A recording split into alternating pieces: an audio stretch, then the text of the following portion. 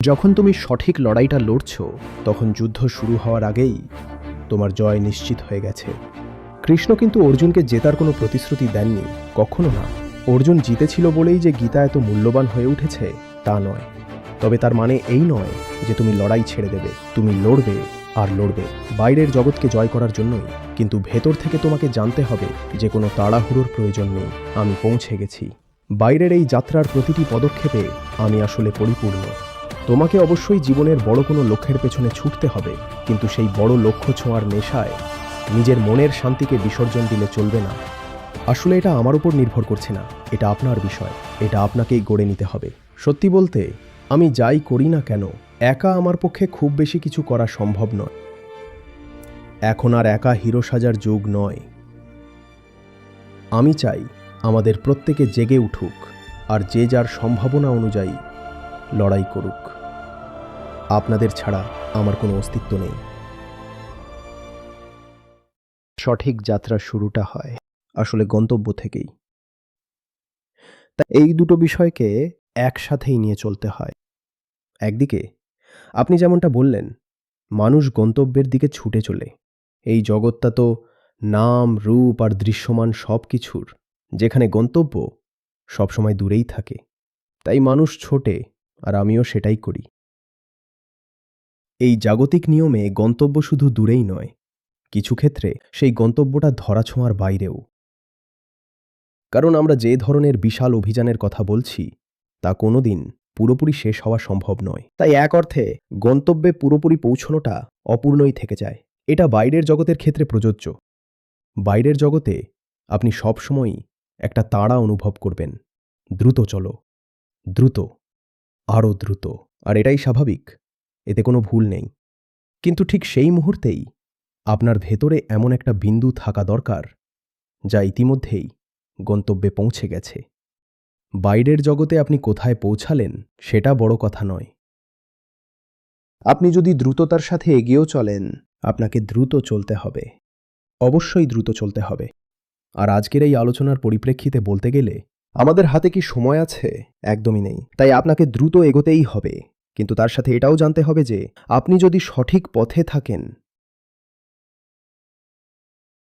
তবে সেই যাত্রাটা হতে হবে সঠিক কেন্দ্র থেকে। তার মানে হলো আপনি ইতিমধ্যেই গন্তব্যে পৌঁছে গেছেন, বরং আপনি নিজেই সেই গন্তব্য। গীতার প্রসঙ্গে আমি এভাবেই বলবো, যখন তুমি সঠিক লড়াইটা লড়ছ, তখন যুদ্ধ শুরু হওয়ার আগেই তোমার জয় নিশ্চিত হয়ে গেছে।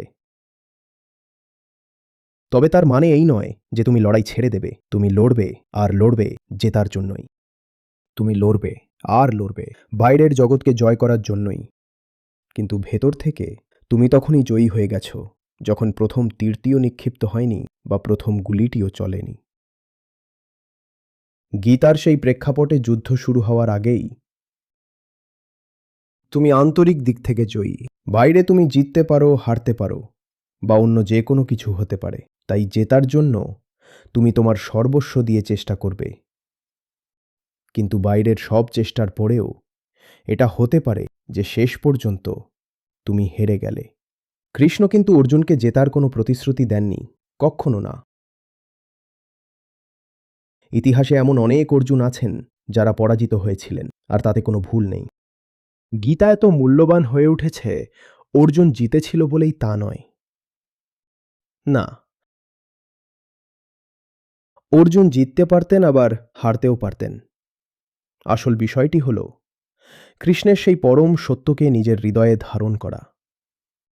সেখান থেকেই আপনার যাত্রা শুরু। যদি তোমার লড়াই শুরু হয় কৃষ্ণের দেওয়া গীতার সেই আত্মোপলব্ধি থেকে, তবে প্রথম তীরটি ছোড়ার আগেই তুমি জয়ী। তবে প্রথম তীরটি ছোড়ার আগেই তুমি জয়ী। বাইরে বাইরে বাইরে তুমি হারতে পারো, এটা একদম সম্ভব। তাও সম্ভব, কারণ ওটা ছিল এক হাড্ডাহাড্ডি লড়াই। আপনি জানেনও সেটা। যে কোনো পক্ষই জিততে পারত। তাই ভেতর থেকে তোমাকে জানতে হবে যে তাড়াহুড়োর কোনো প্রয়োজন নেই, আমি পৌঁছে গেছি। আর বাইরের এই যাত্রার প্রতিটি পদক্ষেপে আমি স্থির, এবং পরিপূর্ণ। প্রতিটি পদক্ষেপে আমি পরিপূর্ণ। যাত্রা মানেই তো অপূর্ণতা, কারণ তুমি এখনও গন্তব্যে পৌঁছাওনি। তাই এই যাত্রাটা আর যাত্রা মানে অপরিপূর্ণতা। আর সেই অপূর্ণতার মাঝখানে দাঁড়িয়েই আপনাকে পুরোপুরি পূর্ণ থাকতে হবে। আপনাকে অবশ্যই বড় কোনো লক্ষ্যের পেছনে ছুটতে হবে, কিন্তু সেই বড় লক্ষ্য ছোঁয়ার নেশায় নিজের মনের তৃপ্তিকে বিসর্জন দিলে চলবে না। আপনাকে বলতে হবে আমি তৃপ্ত, এমনকি যখন আমি দ্রুত এগোচ্ছি। হ্যাঁ, আমি ছুটছি, আমি চেষ্টা করছি, লড়াই করছি। এই সব কিছু হওয়ার মাঝেও আমি পৌঁছে গেছি। আমি তৃপ্ত, শান্ত, তরতাজা, নিশ্চিন্ত, আর একদম ঠিক। বাইরে আমি হয়তো পুরোপুরি ক্লান্ত, এমনকি বিধ্বস্ত, কিন্তু ভেতর থেকে কোনো কিছুই আমাকে ক্লান্ত করতে পারে না। ভেতরে আমি সব সময়ই ভারমুক্ত। এটাই আসলে ধ্যানের বিষয়। আমি বলতে পারি আপনার কথা শোনার পর এটাই হলো আমার জীবনের সেই বড় পরিবর্তন। লড়াইটা চিরকালই ছিল, সবসময়ই ছিল। পার্থক্য শুধু এটাই যে আগে বাইরের সেই লড়াই আমাকে নিজের থেকে দূরে সরিয়ে নিয়ে যেত। জীবনটা সবসময় এক চরম বিশৃঙ্খলার মতো মনে হতো। এখন তফাৎটা হলো বিশৃঙ্খলা বা সেই কেয়স এখনও আছে, কিন্তু আমার ভেতরে স্বচ্ছতা আমাকে আর তার ভেতরে তলিয়ে যেতে দেয় না। আমি এখন সেই বিশৃঙ্খলার সঙ্গে কেবল জড়িয়ে আছি। তাই এখন আপনার কথা মতোই আমি ভেতর থেকে ইতিমধ্যে স্থির হয়ে গেছি। আমি জানি আমাকে কোথায় থাকতে হবে, কিন্তু তারপরেও আমি জানি যে এখনো অনেক কিছু করা বাকি। আমি হয়তো এখনো জানি না ঠিক কী করতে হবে বা কিভাবে করতে হবে। কোনো সুনির্দিষ্ট দিক ছাড়াই আমি অনিশ্চয়তার মধ্য দিয়ে শুধু সামনের দিকে পা বাড়িয়ে দিচ্ছি। আর আমি জানি যে সামনে এখনো অনেক বিশৃঙ্খলা রয়ে গেছে। আর বাইরের সেই বিশৃঙ্খলা আপনি তখনই সামলাতে পারবেন যখন আপনার ভেতরে এক স্থিরতা থাকবে। একমাত্র তখনই বাইরের সেই সমস্ত বিশৃঙ্খলা আপনার কাছে সহনীয় হয়ে উঠবে। সেই বিশৃঙ্খলা আপনাকে গ্রাস করে নেবে। সেই বিশৃঙ্খলা আপনাকে পাগল করে ছাড়বে, তাই না? না হলে এর মানে হলো আপনি ভেতর থেকে যতটা থিতু, শান্ত আর স্থির থাকবে, বাইরের বিশৃঙ্খলাকে আমন্ত্রণ জানানোর ক্ষমতা আপনার ততটাই বাড়বে। তখন আপনি ভয়হীনভাবে যে কোনো পরিস্থিতির মোকাবিলা করতে পারবেন, কারণ আপনি জানেন যে বাইরের কোনো অশান্তিই আপনাকে ছোট করতে পারবে না। ভেতর থেকে আপনাকে হতে হবে একদম অটল। আর বাইরে আপনাকে কঠোর পরিশ্রম করতে হবে, জান প্রাণ লড়িয়ে দিতে হবে। এই সময়ের দাবি মেনে গড়ে তুলতে হবে এক বিশাল সাম্রাজ্য বা কর্মযজ্ঞ। এটা হোক এমন এক অভিযান যেটার দরকার সবার। গড়ে তুলুন সেটা। আপনার ঘাম, রক্ত, শ্রম, সময় আর সবটুকু সম্পদ উজাড় করে দিন। কিন্তু মনে রাখবেন, যদি সেই সব কিছু তাসের ঘরের মতো ভেঙেও পড়ে, তবুও আপনাকে শান্ত থাকতে হবে। যদি আপনার সব কিছু কেড়ে নেওয়া হয়, তবুও যেন আপনি হাসি মুখে বলতে পারেন, আমি তো আগেই গন্তব্যে পৌঁছে গেছি। বাইরে থেকে তুমি আমাকে লুট করতে পারো, ধ্বংস করে দিতে পারো, কিন্তু আমার ভেতরে তোমার কোনো হাত নেই।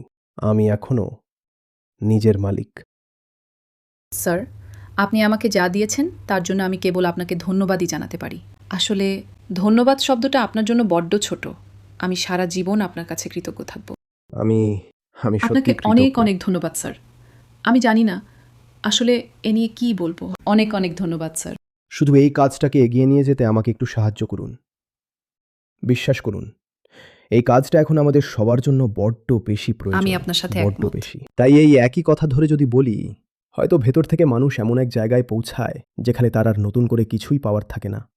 আমি হয়তো আজ ঠিক সেই জায়গাতেই দাঁড়িয়ে আছি যেখানে নিজের জন্য ভেতর থেকে আমার আর বাড়তি কিছুর প্রয়োজন নেই, কিন্তু বাইরের জগতে আমার অনেক কিছু প্রয়োজন। আর সেই সাহায্যটুকু আপনার থেকেই আসতে হবে। আমি চাই আপনি এই কাজটাকে সামনে এগিয়ে নিয়ে যান, তাই না? আমি কেন আবার পড়াশোনায় ফিরে গেলাম সেটা আজ প্রথমবার বলছি। আমি আসলে আগে কখনো এটা কারো কাছে প্রকাশ করিনি, কিন্তু আজ আপনি আমার সামনে আছেন তাই বলছি।